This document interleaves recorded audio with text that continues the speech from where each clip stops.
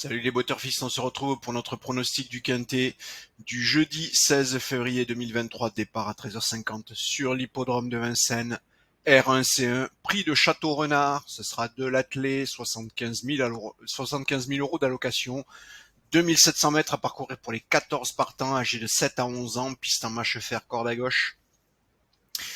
En complément d'information, sachez donc qu'il s'agit d'une course pour chevaux entiers et hongres de 7 à 11 ans inclus, n'ayant pas gagné 341 000 euros au cours de leur carrière. Voilà, vous avez toutes les informations concernant ce quintet de jeudi. Pour le quintet de mercredi, on vous avait prévenu une course catégorisée difficile et sans surprise, on a des rapports qui sont particulièrement élevés.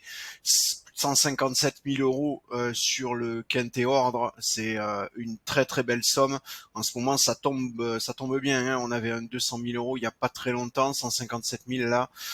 Vraiment des quintets assez relevés. Ce sera pas le cas a priori, hein, selon l'analyse de nos algos, ce sera pas le cas pour le quintet de ce jeudi puisque vous le voyez, il est catégorisé jouable par l'algorithme de classification. On va aller voir tout de suite la sélection des 8 chevaux qui a été réalisée donc par notre algo. Donc cette première sélection de 8 chevaux, vous le savez, c'est écrit dans les commentaires, dans la description de chacune de nos vidéos. Nos pronostics peuvent être recalculés jusqu'à 10 minutes avant le départ de la course pour tenir compte des dernières modifications qui pourraient affecter leur classement.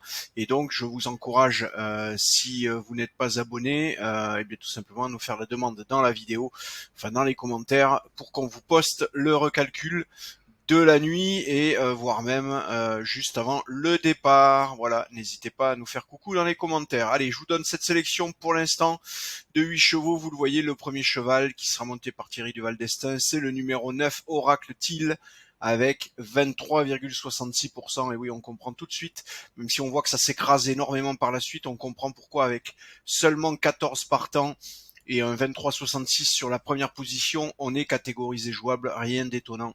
Le deuxième cheval, quand même, avec quasiment 20%, 19,89 monté par Mathieu Abrivard, c'est Gaspard de Brion, le numéro 11. Et Franck Ouvrier montrera le numéro 1, Cyrano de Bergerac, avec 10,08.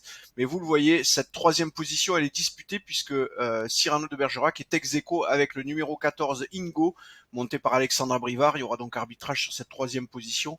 Mais quoi qu'il en soit, la somme des trois premiers vous donnera 54%, c'est-à-dire plus d'une chance sur deux. Ça veut dire, pour une rentabilité les yeux fermés, c'est une cote aux alentours de 6 que vous allez devoir viser.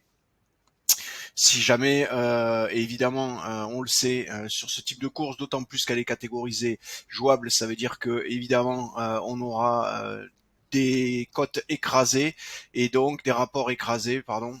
Et donc, on sera certainement en dessous de 6, mais ça veut pas dire pour autant que ça ne vaut pas le coup d'aller jouer ces trois premiers chevaux en simple gagnant. Donc le 14, je vous le disais, qui est quatrième ex-aequo avec le numéro 1, donc en arbitrage sur cette position 3-4, c'est Ingo. Le cinquième cheval, c'est le 12 FaceTime avec 8,44.